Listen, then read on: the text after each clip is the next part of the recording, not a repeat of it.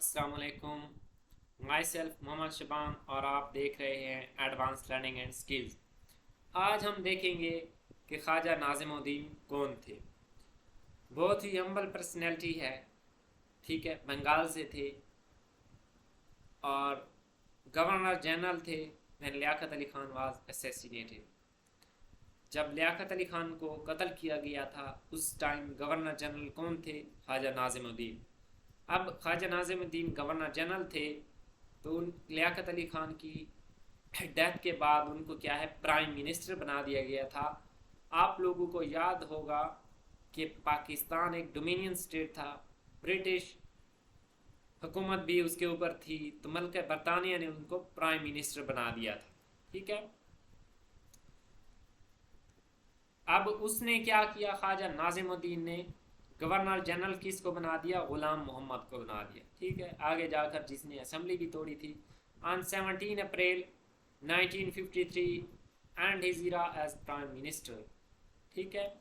اب اس کا 17 اپریل 1953 کو اس کا دور ایز اے پرائم منسٹر ختم ہو گیا تھا۔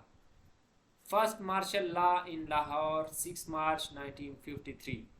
اب یہ بھی کب ہوا؟ خواجہ ناظم الدین کے ایرا میں ہی ہوا۔ It remained for 90 days and ended on 24 مئی 1953، ٹھیک ہے۔ آلموسٹ 90 days یہ مارشل لا نافذ ہوا۔ یہ نافذ کیوں ہوا تھا؟ کیونکہ قادیانی احتجاج کر رہے تھے تو اس کے لیے کیا ہے، مارشل لا لگایا گیا تھا۔ اس ٹائم جو چیف منسٹر تھے جنرل اعظم خان تھے، اور اس مارشل لا کے دوران دو اہم شخصیات کا قتل ہوا، ٹھیک ہے۔ ان کو ایک تھے ابو الاعلیٰ مودودی، ٹھیک ہے، ابو الاعلیٰ مودودی۔ وہ جماعت اسلامی کے فاؤنڈر تھے، بانی تھے۔ 1941 میں انہوں نے جماعت اسلامی بنائی تھی۔ ان کو کیا ہے، سینٹینس ٹو ڈیتھ کیا گیا، اور یہ واحد مولانا ہیں جو خلافت الملوکیت ان کی کتاب ہے، اور بن امیہ کے خلاف انہوں نے چیلنج کیا، ٹھیک ہے۔ اور دوسرے آدمی کون تھے؟ مولانا عبدالستار نیازی۔ ان کو بھی ڈیتھ کی طرف سینٹینس کیا گیا، لیکن بعد میں ان کو کیا ہے، عمر قید کر دی گئی اینڈ دین پھر چھوڑ بھی دیا گیا، ٹھیک ہے۔ پاکستان کے قانون ہے۔ اب یہ لا کا پرپس کیا تھا، یہ ساری چیزیں میں بتا گیا ہوں۔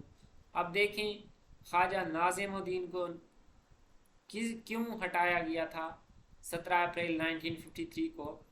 اب اس کو ایکٹ آرٹیکل 10 1953 کے آئین کے مطابق، ٹھیک ہے، جو 1953 والا برٹش گورنمنٹ کا وہ چل رہا تھا آئین، اس کے تحت آرٹیکل 10 کے تحت غلام محمد نے خواجہ ناظم الدین کی حکومت کیا ہے، ختم کر دی تھی۔